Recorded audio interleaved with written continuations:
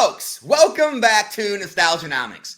So does anyone remember Roaring Kitty, the man of Wall Street bets who made the GameStop play before anyone else saw it and got an army of retail traders behind him who also saw what he saw and believed like he did to start investing in GameStop, which led to other meme stocks like AMC and others, and ran these stocks up to the moon a few years ago, sending some hedge funds out of business and having other hedge funds and billionaires have to borrow from other hedge funds and billionaires just to stay in business because they had such massive short interests betting on the companies would fail, and they didn't.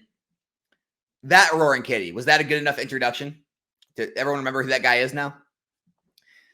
Well, he's back. He had his first live stream back on Friday, the first one in years. He had over 600,000 live people watching him, guys. Over 600,000 live viewers. That's more than network television shows get, right? That's more than almost every streamer on this platform gets. That is the most ridiculous amount of people all tuning in, listening to what he had to say. And I'm not going to go into everything he said. You can watch the video yourself. Just search Roaring Kitty on YouTube. You'll find his channel. Here's his channel, by the way. This is Roaring Kitty. This is his stock portfolio that he revealed. I want you to notice something. There's two holdings. Two. There's no index funds. There's no ETFs. There's no mutual funds. There's not a list of 50 stocks creating his own mutual fund. There's two holdings. GameStop stock, GameStop options. That's it. And he's got 145 million of unrealized gains at this point. You know, we always hear about diversifying and putting your money in ETFs and mutual funds and index funds, and that's the safe place. They're right. People who say that, they're right. That's a safe place. The only problem is none of the people who get wealthy do this. They just don't. You want to know what they do? They have conviction and belief over something. In this case, Roaring Kitty had it over GameStop, and he became wealthy because of it. And some real estate people, you know, Robert Kiyosaki, Grant Cardone, they got wealthy, maybe on social media for Grant Cardone, but on real estate, right? You look at other people like, I don't know, Jeff Bezos, Elon Musk, they built their wealth building a company or companies they believed in, right? And these people that become wealthy, they throw all of their energy and effort and money and time into those things. And that's how they became wealthy. Now, look, I've talked about diversifying before. I'm not against if you want to just take the, nice, comfortable route, throw money into a 401k, index funds, mutual funds, work 30, 40, 50 years of your life, and hopefully you'll enjoy 5, 10 years of retirement before you're too old to enjoy it or you die. Go for it. Absolutely. It works. No one's saying it doesn't. But I think there's a lesson here when it comes to Pokemon, especially. The people who are most successful don't diversify as much, right? And I think we're trying to diversify too much in this Pokemon hobby. I really do. I think when there's good plays, people will do all this research. I've seen it. They'll write these storybooks on Discord posts or on my YouTube comments, like storybook posts. I mean, paragraphs long. And they'll go through all the research they've done, right? And they'll tell me all the past data they've looked up and everything that points to this being a good play. And then you know what they do? They'll buy like one. And I'm not trying to put people down who don't have a lot of money, right? No, they'll buy like one and then they'll buy like 10 other things with it. And it's like, what are you doing, right? They'll do all this research and say, Alex, so this booster box means this is the play. And I'm like, okay, cool. Did you pick some up? Yeah, I picked one of those up. And then I also picked up this, and this. And I'm just like, do you believe in those as much? Well, no, but I just wanted to play it safe. Why? Like right now, Silver Tempest booster boxes are still on Pokemon Center at $143. They're selling on TCG Player right now at $170. Now that tells me that's a screaming play. That's a screaming opportunity. So if you're wanting to invest in something right now, that seems like a good play to me. So if it were me, I would just go buy as many of those as I could, as much money as I had to spend, right? I wouldn't say, okay, I'm going to buy one of those, but then I'm also going to buy like this box, that card, that tin, that collection box, and try to get a good diversified portfolio here. Why? Why would you do that? Just put all the money in the thing that's actually a good play. If you're a Japanese believer, I'm not as much of a Japanese holder, but a lot of people like the Japanese 151 set, right? They see the opportunity here. It's had multiple reprints. It's dropped super low. If you believe in that, why would you go buy one or two boxes if you have the money to buy more? And I'm not saying, look, if that's all the money you got, I understand. Great. All right. Good play. But I'm talking about the people who have more money sitting around and they decide to, oh, I'm going to buy some of these singles, or Alex, Costco's got these tins, or, Alex, I saw this deal on this collection box. And why? If you have a top 5 or top 10 investments, right? Why would you not just be buying the top one, the number one, or at least the number 1 and 2? Why are you buying the number 7 and 8 or the number 4? Why would you do that to yourself? Well, I want to be diversified. Why? It doesn't even make sense. It's like, okay, I understand being diversified in multiple sectors, right? Okay, I'm going to put some money in stocks. I want to have some in real estate. I'm going to buy some collectibles. That's diversifying. But why are you going to even more diversify into each area, right? Like, okay, but now in collectibles, I want to diversify into that. Why would you do that? It's just ridiculous, right? Now, I've talked about diversifying. I diversify in every set, right? I'll buy booster boxes from every set.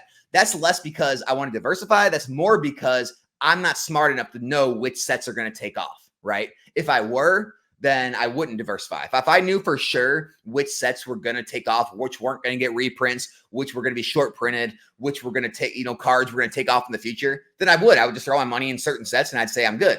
But I just don't know that, right? No one knew Twilight Masquerade was going to be as popular as it is, right? No one knew that. And so, yeah, I diversify of boxes. But here's the thing. I don't start diversifying more than that. I don't say, okay, I'm also going to get PC ETBs because, they could do well. Then regular ETBs, I'm going to get some collection boxes. I'm going to get some tins. I'm going to buy a bunch of the singles and sit on those for long term. Like, I don't start going down the diversification ladder. I stick with the booster boxes. Look at Rudy from Alpha Investments. He just buys pallets of booster boxes. He doesn't say, okay, I'm going to buy 100 booster boxes, 100 PC ETBs. I'm going to invest in 100 of these high-end singles. I'm going to invest in 100 tins. Like, he doesn't do that. You don't see people doing that. And I think that's the biggest issue going on in this hobby is people are looking to diversify too much, right? There's a level to diversification, guys. Eventually, you're just creating more work, more headache. And honestly, you're taking away your potential by diversifying too deep. And so, look, I understand the diversifying in other areas besides collectibles because they are inherently more risky and they're too risky for most, right? Now, you can look at Roaring Kitty and say, well, I think GameStop's too risky. Well, he didn't, right? And, fortune favors the brave, right? So, he went all in, it paid off, right? Other people could have went all in and lost it all. That's the risk you take when you do that. So I understand diversifying to be safe, but if you want to diversify, fine, go buy some stocks, go buy some mutual funds, go buy some indexes, right? Maybe buy a rental property, go diversify elsewhere, buy some gold, buy some Bitcoin, whatever. But when you're in your collectible realm, when you have your specific money you're putting towards this collection or this investment, I think we should stop diversifying, guys. I'm just going to say it.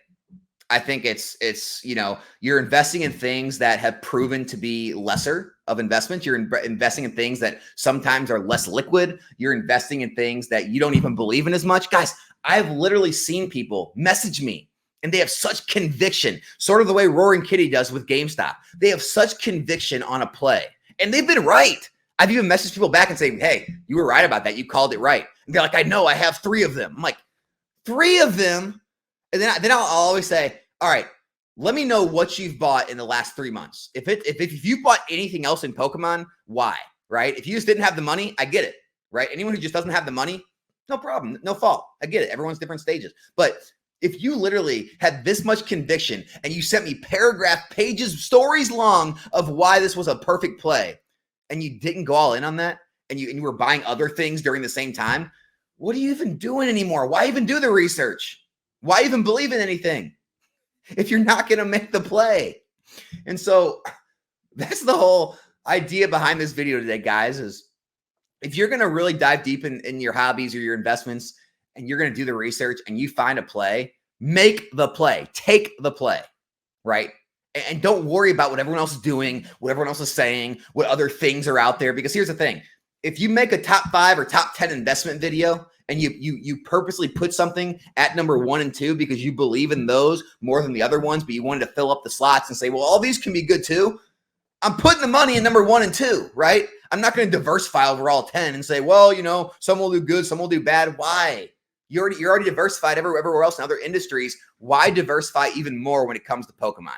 Now, if you just don't know, that's when you diversify. If you're like, man, Alex, I don't know, like any of these, this whole 5 or 10 list, some could do that. I really don't know what's number 1. I just threw 10 things out there. That's when you diversify, right? If you're just looking to put money to work and you don't know what the best play is, then that's when you diversify if you don't know, right? When you have conviction, you go all in. Also, last thing I wanted to say, right now, right?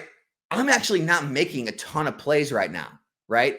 And it's because I don't have huge conviction anywhere. And I don't want to just throw a wide net and start diversifying everywhere, right? And so what I've been doing is I've just been purchasing stacks and stacks of singles, right? I went to a card show, local card show this weekend, picked up singles, been buying singles on eBay, TCG Player.